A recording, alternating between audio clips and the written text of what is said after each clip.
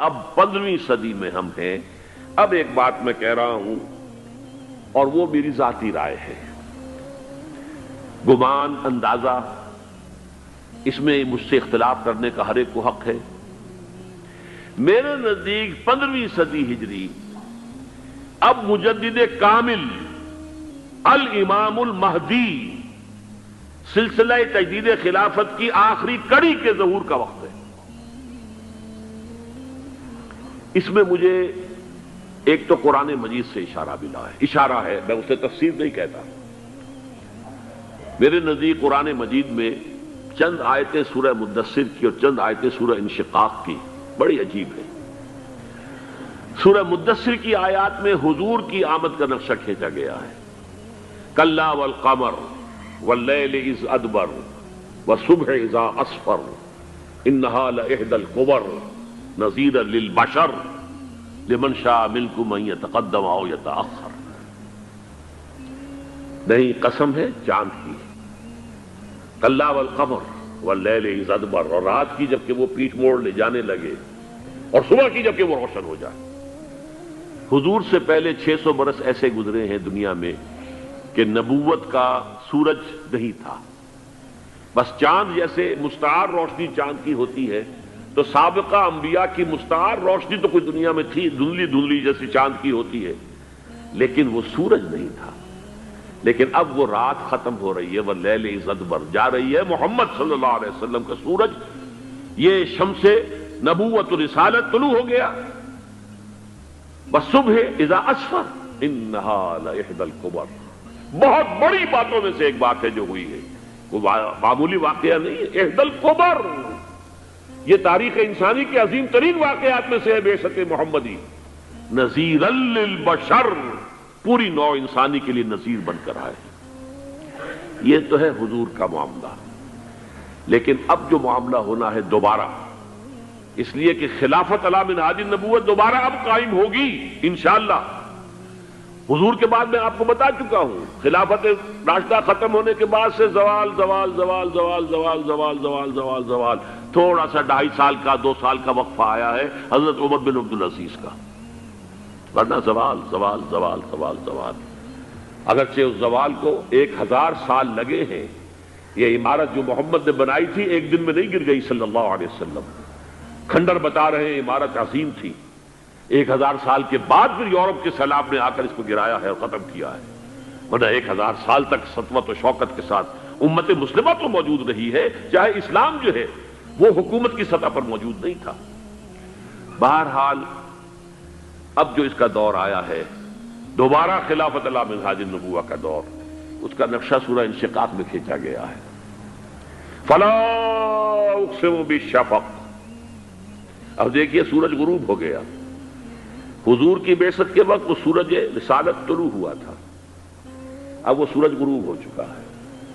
سورج کے غروب ہونے کے بعد صرف روشنی رہ جاتی ہے شفق کی، سرخ سی، بس وہی باقی رہ گئی، اور باقی کیا رہ گیا؟ بدا الاسلام غریبا ویسعود کما بدا فطوبی للغرباء، فلا اقسم بالشفق واللیل وما وسق، رات کی سی تاریکی ہے اور جو کچھ اس نے اپنے اندر جمع کر لیا ہے، والقمر اذا اتسق، اور قسم ہے چاند کی جبکہ وہ بھر جائے، پورا بھرتا ہے کتنے دنوں میں؟ 14 دن میں۔ اور 14 صدیوں کے بعد اب پہلی صدی کا جس نے کہ تجدید کامل کی عمر بن عبدالعزیز، 14 صدیوں کے بعد اب 15ویں صدی میں الامام المہدی کے ظہور کا وقت قریب ہے۔ اب جو کچھ مجھے حضرت امام المہدی کے بارے میں کہنا ہے، دوبارہ اپنی بات دہرا رہا ہوں، یہ میرا ذاتی گمان ہے، اختلاف کیا جا سکتا ہے۔ میرا گمان یہ ہے کہ یہ اب جو مجدد آئیں گے وہ حضرت مہدی ہوں گے۔ پہلی بات تو یہ جان لیجئے کہ مہدی 2 ہیں، ایک شیعوں کے مہدی، ایک سنیوں کے مہدی، ان میں بڑا فرق ہے۔ شیعہ حضرات مہدی کو مانتے ہیں، وہ ان کے 12ویں امام ہیں، ان کے عقیدے کے مطابق انہیں پیدا ہونے کے فوراً بعد اس اندیشے سے کہ انہیں قتل کر دیا جائے گا ایک غار میں چھپا دیا گیا تھا۔ تقریباً 1200 برس سے وہ اس غار کے اندر ہیں، وہ روپوش ہیں، چھپے ہوئے ہیں، اسی لیے انہیں امام غائب کہا جاتا ہے، اور اب ان کا انتظار ہو رہا ہے، اس لیے انہیں امام منتظر بھی کہا جاتا ہے۔ اس لیے شیعوں کے دارالعلوم جو ہوتے ہیں دارالعلوم المنتظر، وہ اس لیے کہ ان کا انتظار کیا جا رہا ہے۔ تو یہ ہے، اب وہ ان کا خیال ہے کہ آخری دور میں، آخری زمانے میں وہ ظاہر ہو جائیں گے، غار سے نکل آئیں گے۔ دیکھیے، میں اس عقیدے کو اس بنا پر رد نہیں کرتا کہ یہ ناممکن ہے کہ کیسے کوئی شخص جو ہے 1200 برس تک کسی غار کے اندر زندہ رہ سکتا ہے، نہیں، میں سمجھتا ہوں ممکن ہے۔ 300 برس تک اصحاب کہف رہے کہ نہیں رہے؟ سوئے رہے۔ 300 ایئرس ہم مانتے ہیں۔ حضرت عیسیٰ اسی حیات عرضی کے ساتھ 2000 سال سے موجود ہیں آسمان پہ کہ نہیں ہے؟ آپ کو معلوم ہے حضرت عزیر 100 برس تک مرنے کے بعد دوبارہ زندہ کر دیے گئے۔ فَأَمَاتَهُ اللَّهُ مِئَةَ عَامٍ ثُمَّ بَعَثَهُ۔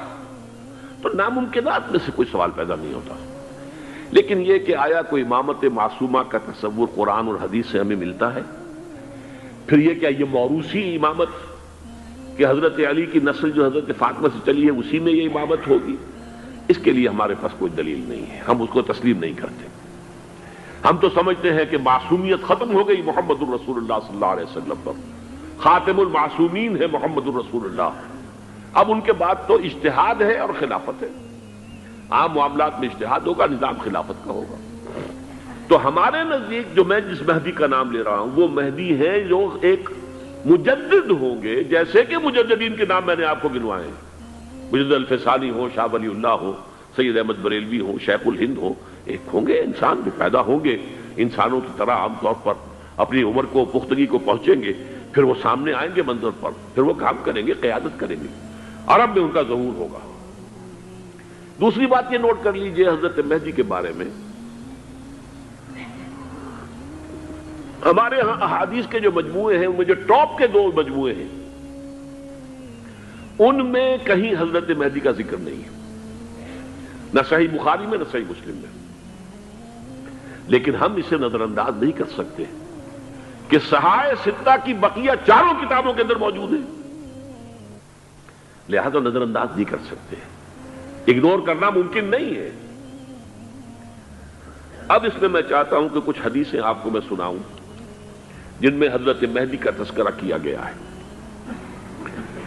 پہلی ہے وعن عبداللہ ابن مسعود قال قال رسول اللہ صلی اللہ علیہ وسلم، حضرت عبداللہ ابن مسعود سے روایت ہے، وہ فرماتے ہیں کہ حضور نے ارشاد فرمایا لا تذهب الدنيا حتى يملك العرب رجل من اہل بیتی، یہ دنیا ختم نہیں ہوگی جب تک کہ عرب پر میرے اہل بیت میں سے ایک شخص کی حکومت قائم نہ ہو۔ اور آپ کو معلوم ہے کہ آج تک عرب پر حضور کے اہل بیت کی کوئی حکومت قائم نہیں ہوئی، اور جب قائم ہوئی بھی تھی حضرت علی کو اگر شمار کیا جائے، اس لیے کہ حضور نے وہ جو مشہور واقعہ ہے کہ ایک چادر میں لے لیا تھا حضرت علی کو اور حضرت فاطمہ اور حضرات حسنین کو، اللہم ہؤلاء اہل بیتی، اے اللہ یہ بھی میرے اہل بیت ہیں، تو حضرت علی کی بھی حکومت منعقد نہیں ہوئی، پورے عالم اسلام پر ان کی حکومت نہیں تھی، اس لیے کہ شام اور مصر دونوں صوبے جو ہیں انہوں نے ان کی اطاعت قبول نہیں کی تھی۔ اس حوالے سے یہ معاملہ ابھی ہونا ہے۔ لا تذهب الدنيا حتى يملك العرب رجل من اہل بیتی یواطئ اسمہ اسمی، اس کا نام وہی ہوگا جو میرا نام ہے، یعنی محمد صلی اللہ علیہ وسلم، اور ان کا نام بھی، مہدی کا نام بھی محمد ہو، مہدی تو ان کا لقب ہے۔ یہ ترمذی میں بھی ہے، ابو داؤد میں بھی ہے، سنن ابی داؤد، جامع ترمذی، بلکہ ابو داؤد میں ایک اور روایت ہے، قال، حضور نے فرمایا لو لم يبقى من الدنيا الا يوم، اگر دنیا کی زندگی میں سے کچھ بھی نہ بچے سوائے ایک دن کے، لطول اللہ تعالی ذلك اليوم، تو اللہ تعالیٰ اس دن کو لمبا کر دے گا، حتی یبعث فیہ رجلا منی، یہاں تک کہ میرے خاندان میں سے ایک شخص کو اٹھائے گا، من اہل بیتی، میرے اہل بیت میں سے، یواطئ اسمہ اسمی و اسم ابی ہے اسم ابی، جس کا نام میرے نام پر ہوگا، جس کے والد کا نام میرے والد کے نام پر ہوگا، محمد ابن عبداللہ ان کا نام ہوگا، اور وہ یملأ الارض قسطا وعدلا کما ملئت ظلما وجورا، وہ سرزمین عرب کو عدل اور انصاف سے اسی طرح بھر دیں گے جیسے کہ وہ ظلم اور زیادتی سے بھر چکی ہوگی۔ دوسری روایت ہے حضرت ابو سعید خدری رضی اللہ تعالی عنہ سے، حضور نے فرمایا المہدی منی اجل الجبہۃ اقن الانف یملأ الارض قسطا وعدلا کما ملئ ظلما وجورا یملک 7 سنین، رواہ داؤد، کہ مہدی مجھ میں سے ہوں گے بڑی روشن پیشانی والے اور بڑی کھڑی ناک والے، وہ زمین کو بھر دیں گے انصاف سے اور عدل سے، جیسے کہ وہ ظلم سے بھری ہوئی ہوگی، اور وہ 7 برس تک حکومت کریں گے۔ عرب میں خالص خلافت علی منہاج النبوہ کا نظام حضرت مہدی کے ہاتھوں قائم ہوگا اور 7 برس تک قائم رہے گا عرب کے اندر۔ اس کا اگلا مرحلہ میں بعد میں بیان کروں گا۔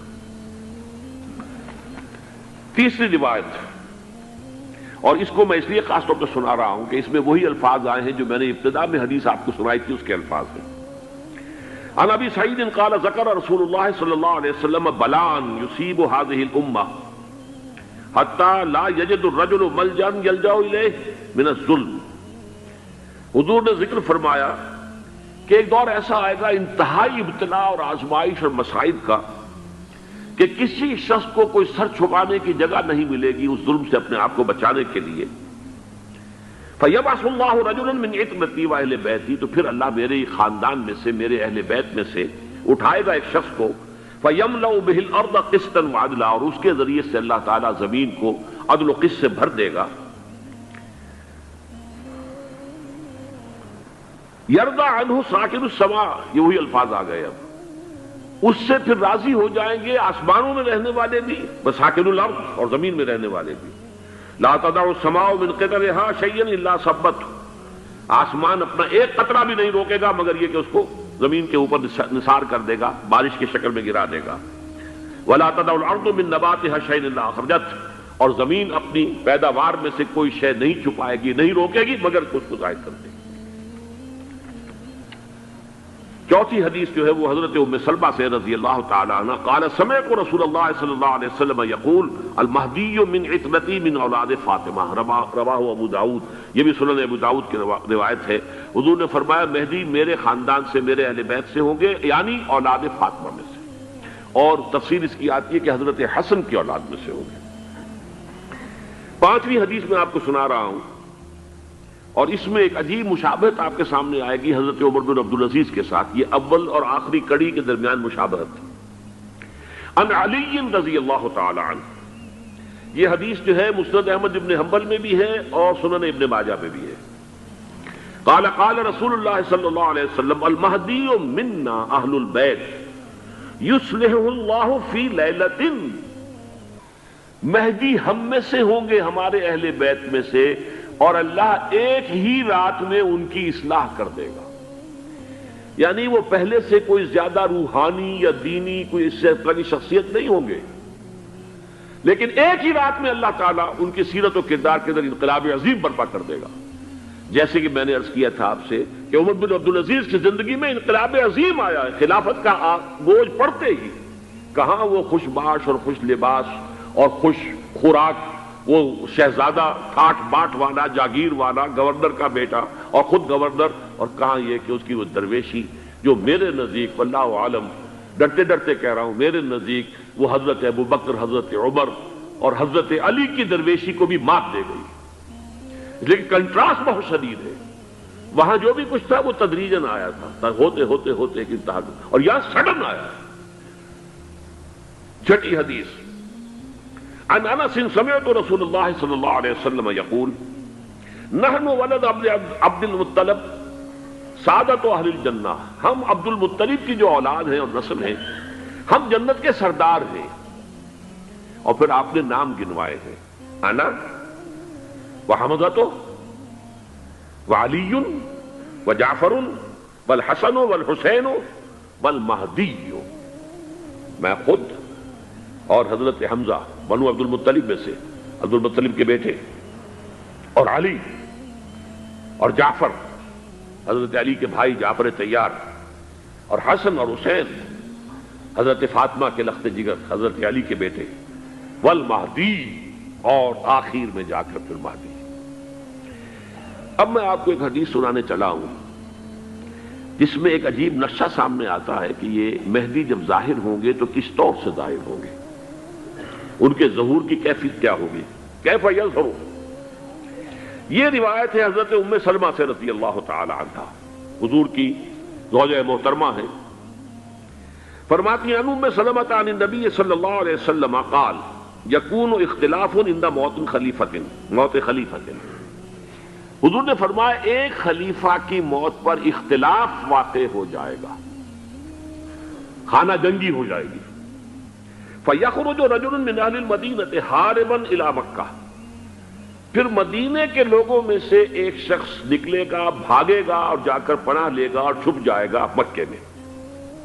فَيَأْتِيهِ نَاسٌ مِّنْ أَهْلِ مکہ، پھر اس کے پاس آئیں گے اہل مکہ، مکہ کے لوگ، فَيُخْرِجُونَهُ، اور اسے نکالیں گے، جہاں وہ چھپے ہوئے ہوں گے وہاں سے نکالیں گے، وَهُوَ كَارِهٌ، اور وہ بالکل اس کو پسند نہیں کر رہے ہوں گے، نہ وہ خواہش مند ہوں گے کہ ان کے ہاتھ پر بیعت کی جائے، نہ وہ یہ چاہیں گے کہ وہ میدان میں آئیں اور ان کو جو ہے اپنا لیڈر مانا جائے، وَهُوَ كَارِهٌ فَيُبَايِعُونَهُ بَيْنَ الرُّكْنِ وَالْمَقَامِ، لیکن لوگ جو ہے پھر اصرار کے ساتھ ان کے ہاتھ پر بیعت کریں گے رکن اور مقام کے درمیان۔ رکن وہ کونا ہے خانہ کعبہ کا جس میں حجر اسود لگا ہوا ہے، اور مقام ابراہیم جو ہے، ان دونوں کے مابین جو یہ علاقہ ہے یہاں پر وہ بیعت ہوگی۔ وَيُبْعَثُ إِلَيْهِ بَعْثٌ مِّنَ الشَّامِ، ان کے خلاف ایک لشکر بھیجا جائے گا شام سے۔ نہیں کہا جا سکتا کہ باسی حکومت اس وقت کی جو ہے اس کی طرف سے کوئی مسئلہ اس طرح کا اٹھ کھڑا ہو، اس لیے کہ ابھی تو بہرحال باسی حکومت وہاں ہے۔ فَيُخْسَفُ بِهِمْ بِالْبَيْضَاءِ بَيْنَ مَكَّةَ وَالْمَدِينَةِ، لیکن اللہ تعالیٰ اس لشکر کو مکے اور مدینے کے درمیان وادی بیضاء میں دھسا دے گا، زمین کے اندر پورے کے پورے لشکر کو۔ فَإِذَا رَأَى النَّاسُ ذَلِكَ، جب لوگ یہ دیکھیں گے اتنی بڑی نشانی ظاہر ہو گئی، أَتَاهُ أَبْدَالُ الشَّامِ وَعَصَائِبٌ من العراق فَيُبَايِعُونَهُ، اب شام سے سارے کے سارے جو اولیاء اللہ ہیں وہ بھی آئیں گے، اور عراق سے جوق در جوق لوگ آئیں گے اور ان سے بیعت کریں گے۔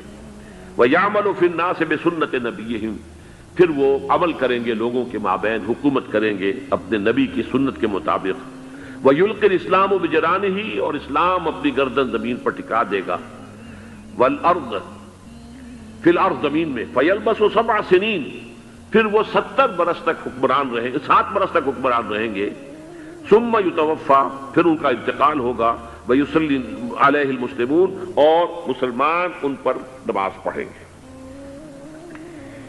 یہ جو میں نے آپ کے سامنے نقشہ کھینچا ہے،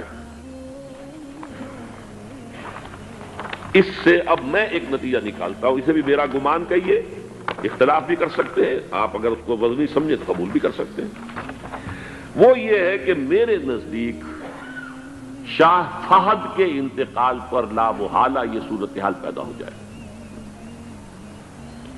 ولی عہد وہاں ہے عبداللہ بن عبدالعزیز، امریکہ کو وہ پسند نہیں کرتے اور امریکہ انہیں پسند نہیں کرتا، یہ بالکل تش تش بام ہے۔ امریکہ نے لازماً جس طریقے سے اپنے پنجے گاڑے ہیں سعودی عرب کے اندر، اپنا فوجی اڈا بنایا ہے، تو آسانی کے ساتھ وہاں سے اپنے پنجے ہٹانے کے لیے تیار نہیں۔ ایک حدیث میں آتا ہے قرن الشیطان، نجد سے شیطان کا سینگ برآمد ہوگا، وہ شیطان کا سینگ ہے، جو میزائل وہاں پر لگے ہوئے ہوں گے اس وقت، در حقیقت وہ سارے کے سارے جو ہیں وہ شیطان کے سینگ ہیں۔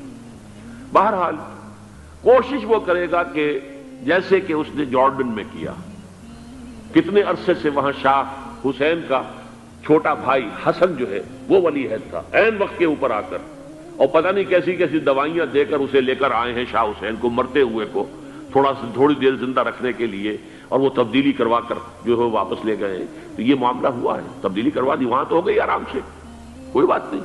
بحرین میں بھی غالباً ایسا ہی معاملہ ہوا ہے، واللہ عالم، مجھے یاد پڑتا ہے کہ وہ چاہتے ہیں کہ ہمارا پسند کا آدمی آئے۔ اگر سعودی عرب میں یہ کام کیا گیا تو اس کا لازمی نتیجہ خانہ جنگی ہوگا، اس لیے کہ وہاں کی روایت یہ بڑی سخت ہے، بڑی پختہ ہے۔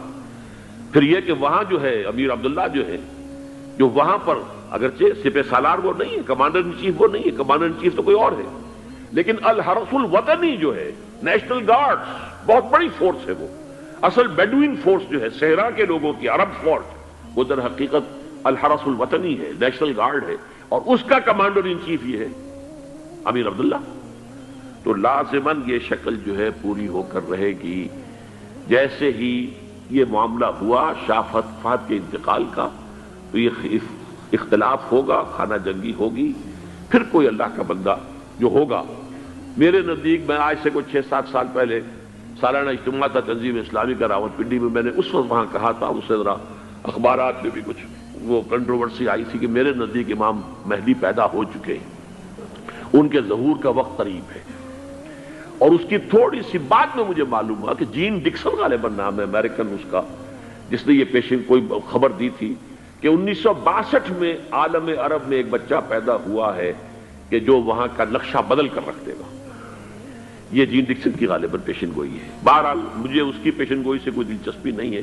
میں تو جو احوال دیکھ رہا ہوں، یعنی اسرائیل کا قائم ہو جانا اور اس کے بعد اب یروشلم کا مسلمانوں کے ہاتھوں سے نکل جانا، اور اب گویا کہ وہ الملحمۃ العظمیٰ جو ہے تلی کھڑی ہے، کسی بھی وقت جو ہے یہ جو ہے وہ لاوا پھٹ سکتا ہے، آتش فشاں پھٹ سکتا ہے. تو یہ تمام حالات ایسے ہیں کہ جن کی وجہ سے میں سمجھتا ہوں کہ ایک تو جو قرآن مجید کے اشارات میں نے آپ کو بتائے، 14 صدیاں 14 دن میں چاند کا پورا ہونا، والقمر اذا اتسق، 14 دن میں 14ویں کا چاند. اسی طرح اب یہ 14 صدیوں کے بعد یہ صدی جو 15ویں صدی ہے، یہ در حقیقت ظہور امام مہدی کی صدی ہے. لیکن یہ کہ امام مہدی کی حکومت قائم کرنے کے لیے کون لوگ آئیں گے؟ عرب جو ہیں وہ اندر سے کھوکھلے ہو چکے ہیں. عیاشی نے، دولت نے، پیسے نے، دولت، پیسہ، عیاشی، اس کی وجہ سے کھوکھلے ہو چکے ہیں. یہاں میں آپ کو 2 حدیثیں سنانا چاہتا ہوں.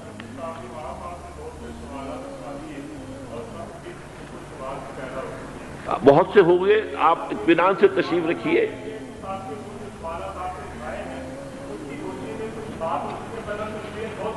بہت ہوگی، بات ہوگی، آپ اس طرح صبر سے سن لیجئے. میں اب تقریباً اپنی گفتگو کے اختتام تک پہنچ رہا ہوں.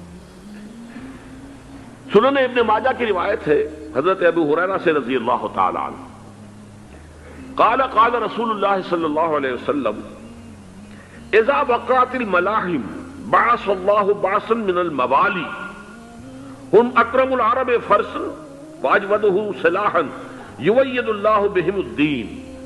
رواہ ابن ماجہ عن ابی ہریرہ رضی اللہ تعالی عنہ. جب ملاحم کا دور شروع ہوگا تو اللہ تعالیٰ اٹھائے گا ایک لشکر یا لشکروں پر لشکر موالی میں سے. موالی کون ہے؟ عربوں نے جب فتح کیا تھا اس پورے علاقے کو خلافت راشدہ کے دوران، اور پھر وہ لوگ جو ہے، ایک رائے تو یہ تھی کہ انہیں غلام بنایا جائے سارے آبادیوں کو، لیکن یہ کہ حضرت عمر کا اجتہاد تھا اس کے مطابق کہ ان کو غلام نہیں بنایا گیا، تو وہ موالی کی حیثیت رکھتے ہیں. عربوں میں دم نہیں ہے، موالی میں سے لشکر اٹھیں گے کہ جو در حقیقت حضرت مہدی کی حکومت کو قائم کریں گے. دوسری حدیث سنیے عن عبداللہ ابن الحارث رضی اللہ تعالی عنہ، اور یہ ابن ماجہ کی روایت ہے. قال رسول اللہ صلی اللہ علیہ وسلم یخرج ناس من المشرق فیوطئون للمہدی یعنی سلطانی. لشکر نکلیں گے، لوگ آئیں گے مشرق سے، اور وہ حضرت مہدی کی حکومت کو جمائیں گے اور قائم کریں گے. اب ذرا نوٹ کیجئے کہ جزیرہ نماء عرب کے مشرق میں کون سے ملک ہیں؟ 3: ایران، افغانستان، پاکستان. یہ 3 سالڈ مسلم ممالک، مسلم آبادی اکثریت. ویسے تو یہ کہ آگے ہندوستان میں 20 کروڑ مسلمان ہیں، لیکن وہ 20 کروڑ جو ہے وہ تو 80 کروڑ کے اندر تحلیل ہو جاتے ہیں غیر مسلموں میں. لیکن یہاں جو معاملہ ہے یہ خالص اکثریت کے. ان میں سے ایران کا معاملہ جہاں تک ہے، نمبر 1 یہ کہ وہ شیعہ عقائد کے حصار میں بند ہے، اس سے ادھر ادھر ہونا اس کے لیے ممکن نہیں. حدیث میں یہ بھی آتا کہ اصفہان سے 70,000 یہودی دجال کا ساتھ دیں گے. لیکن بہرحال خراسان ایک صوبہ ہے افغانستان کا اس وقت بھی شمال مشرقی کونے میں، مجھے امید ہے وہاں سے خیر کی، کیونکہ خراسان کا لفظ وہاں پہ شامل ہے. اور حضور کی حدیث میں بعد میں آپ کو سناؤں گا کہ خراسان سے فوجیں چلیں گی جو یروشلم کو دوبارہ حاصل کریں گی، فتح کریں گی. جیسے پہلے یروشلم کھویا عربوں نے تھا، دوبارہ حاصل کیا تھا کرد نے، کرد خون صلاح الدین ایوبی رحمت اللہ علیہ. ایسے اب پھر عربوں نے کھویا ہے، لیکن لینے والے خراسان سے لشکر آئیں گے. یخرج من خراسان رایات سود لا يردها شیء حتی تنصب بإیلیا. خراسان کے علاقے سے کالے علم لے کر لشکر چلیں گے جن کے رخ کو کوئی موڑ نہیں سکے گا جب تک کہ وہ جا کر یروشلم میں نصب نہ ہو جائے. اس کے بعد نام آتا ہے پاکستان کا. یہ ہے میری اور آپ کی داستان، اور یہ ہے سبب جس کی وجہ سے کہ میں آپ سے یہ گفتگو کر رہا ہوں. اصل میں تو کس لیے؟ محض ایک علمی استفادہ، محض اپنی بعض آراء کو ظاہر کرنے کا شوق نہیں، بلکہ یہ کہ اپنی ذمہ داری ہم پہچانے کہ ہم کس مقام پر کھڑے ہیں. دیکھیے، اس پاکستان کے بارے میں یا ہندوستان کے بارے میں علامہ اقبال نے کہا تھا اپنے ترانہ ملی میں، میرے عرب کو آئی ٹھنڈی ہوا جہاں سے، میرا وطن وہی ہے، میرا وطن وہی ہے. اور مجھے بتایا گیا کہ سنن ابی داؤد میں یہ روایت موجود ہے کہ حضور نے فرمایا کہ ہندوستان کی طرف سے مجھے ٹھنڈی ہوا آتی، اگرچہ مجھے وہ حدیث ابھی نہیں ملی ہے، لیکن حزب التحریر کا ایک کارڈ مجھے ملا تھا، تو اس میں اس حدیث کا اور اس میں ابو داؤد کا روایت کا حوالہ موجود تھا. لیکن میں جو چیز آپ کو بتا چکا ہوں وہ یہ کہ الف ثانی کا پورا تجدیدی کارنامہ اس ہندوستان کی سرزمین میں ہوا. مجدد الف ثانی شیخ احمد سرندی، شاہ ولی اللہ دہلوی، سید احمد بریلوی، وہ تو ہمارے پاکستان میں آ کر جو ہے ان کا خون جذب ہوا ارض پاکستان میں. پھر شیخ الہند مولانا محمود حسن. تحریک خلافت چلی تو صرف ہندوستان میں چلی اور کہیں نہیں چلی. آزادی کی تحریک چلی پوری دنیا میں، وہ نیشنلزم کی بنیاد پر چلی، ملے نیشنلزم، عرب نیشنلزم، ترک نیشنلزم. ہمارے ہاں چلی تو اسلام کے نام پر پاکستان کا مطلب کیا؟ لا الہ الا اللہ. پھر پاکستان قائم ہوا معجزے کے طور پر، بلکہ نازل ہوا ہے لیلۃ القدر میں. انا انزلناہ فی لیلۃ القدر، جیسے قرآن نازل ہوا لیلۃ القدر میں، یہ پاکستان بھی نازل ہوا لیلۃ القدر میں. اس کا برقرار رہنا ابھی تک معجزہ ہے. ہندو یہ سمجھتا تھا، کانگریس سمجھتی تھی کہ جھٹپٹ ختم ہو جائے گا. پھر یہ کہ اس کا قرارداد مقاصد کا پاس ہو جانا، مزید بھی اور اضافی دفعات دستور میں آ جانا، اب کمرشل انٹرسٹ کو ربا قرار دے کر حرام قرار دینا، یہ سارے لینڈ مارکس ہیں کہ جو اشارہ کر رہے ہیں کسی چیز کی طرف. معاملہ کدھر جا رہا ہے؟ پھر یہ کہ یہ جو 14ویں صدی کے مجدد تھے شیخ الہند، اس کے بعد سے کچھ ایسی شخصیتیں عظیم پیدا ہوئی ہیں ہند میں جن کو میں سمجھتا ہوں کہ 14ویں صدی کے مجدد اور 15ویں صدی کے مجدد کے درمیان، یہ 15ویں صدی کے مجدد کی راہ کو سیدھا کرنے والے، جیسے کہ حضرت یحییٰ نے کہا تھا میں تو آنے والے کا راستہ سیدھا کر رہا ہوں حضرت عیسیٰ کے لیے، ایسے ہی 15ویں صدی کے لیے امام مہدی کے لیے راستہ صاف کرنے والے سب سے پہلے علامہ اقبال، جنہوں نے اسلام کا تصور دین کی حیثیت سے دوبارہ زندہ کیا ہے، ورنہ اسلام ایک مذہب کی شکل اختیار کر چکا تھا. پھر مولانا مودودی، مولانا ابوالکلام آزاد حکومت الہیہ کے نعرے کے ساتھ میدان میں آئے. یہ اقبال نے جو تصور پیش کیا تھا اس پر عملی جد و جہد کے لیے حزب اللہ قائم ہوئی. نوٹ کر لیجئے 11 برس کا فرق ہے عمر کا علامہ اقبال کے اور ابوالکلام کے. اور 1913 میں جب حزب اللہ قائم کی ہے اس وقت علامہ اقبال کی ملی شاعری اپنے عروج کو پہنچ چکی تھی. پھر یہ کہ علامہ اقبال کے بعد تعبیل جو ہے اس کام کی وہ ابوالکلام نے کی، لیکن روایتی علماء کی شدید مخالفت کی وجہ سے وہ بددل ہو کر چھوڑ گئے، کانگریس میں شامل ہو گئے، بساط جو ہے حزب اللہ کی انہوں نے لپیٹ دی. پھر مولانا مودودی آئے، انہوں نے وہ ڈور جو ہے اس کا سرا تھاما، جماعت اسلامی قائم کی حکومت الہیہ ہی کے قیام کے لیے. اگرچہ میرے نزدیک یہ کہ وہ انتخابی اور ایک قومی سیاست کی ایک جماعت بن کر پاکستان میں جو ہے دلدل میں پھنس گئی ہے، اب ہم اس کی کوشش کر رہے ہیں تنظیم اسلامی اور یہ تحریک خلافت جس کے تحت یہ جلسہ ہو رہا ہے. یہ ساری چیزیں وہ ہیں کہ آپ کو سوائے پاکستان کے اور کہیں نہیں ملیں گی پوری دنیا میں. معلوم ہوتا ہے کہ پاکستان کو بہت بڑا رول پلے کرنا ہے اس میں، اور اس کے ساتھ اب جمع کر لیجئے افغانستان کی عمارت افغانستان، اسلامی عمارت افغانستان قائم ہو چکی ہے. یہ پچھلے 20 سالوں میں جو کچھ وہاں ہوتا رہا ہے اس سے پہلے تصور نہیں ہو سکتا تھا. کابل جو ہے وہ تو جیسے پیرس کا تمدن تھا ویسے کابل کا تھا، وہی لباس، وہی سکرٹس. یہاں جب آئے تھے شاہ ظاہر شاہ سرکاری دورے پر تو ان کی جو ملکہ صاحبہ تھی ان کے ساتھ وہ سکرٹ میں ملبوس تھی. کابل جو ہے وہ بالکل ایک پیرس کی طرح کا شہر تھا. آج کابل جو ہے جا کر دیکھیے، علامہ اقبال کے فرزند بھی دیکھ کر آئے ہیں، تو اگرچہ وہ خود میں سمجھتا ہوں کہ خاصے انہیں آپ لبرل کہیں، آزاد خیال کہیں، لیکن اس درجے متاثر ہو کر آئے تھے کہ انہوں نے یہ کہا افغانستان میں جو میں نے حالات دیکھے ہیں کہ اگر 2-4 اور مسلمان ملکوں کے اندر یہ نظام قائم ہو جائے تو پوری دنیا مسلمان ہو جائے گی۔ یہ سب کچھ کیسے ہو رہا ہے؟ یہ آنے والے دور کی جھلکیاں ہیں۔ Coming events are casting their shadows before. یہ سب بتا رہے ہیں کہ پاکستان افغانستان کو مل کر اس میں کوئی عظیم رول پلے کرنا ہے۔ اور اس کے ضمن میں اب میں علامہ اقبال کے بارے میں آخری بات کہہ رہا ہوں۔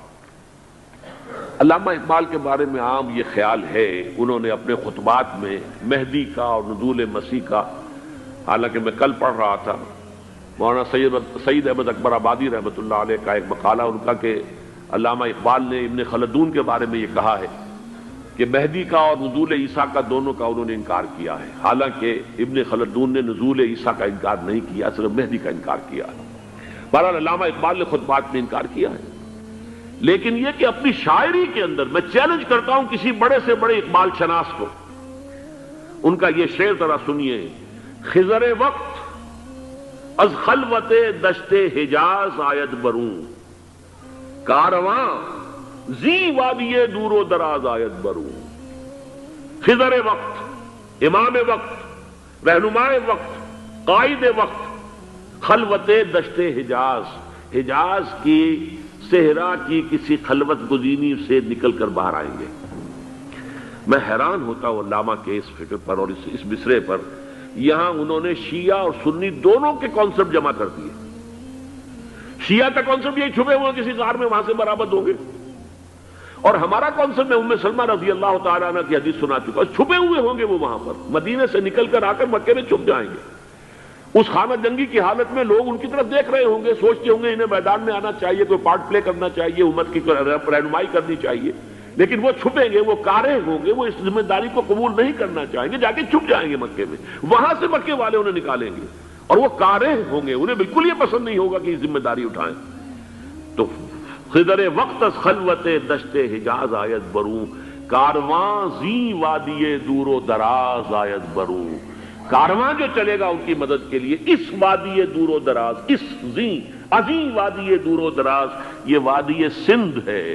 وادی سندھ جو ہے ہم سمجھتے ہیں کہ صرف یہ پاکستان اور پنجاب جو ہے یہ اس میں شامل ہے، سندھ اور پنجاب نہیں، افغانستان کا پورا مشرقی علاقہ اس میں شامل ہے۔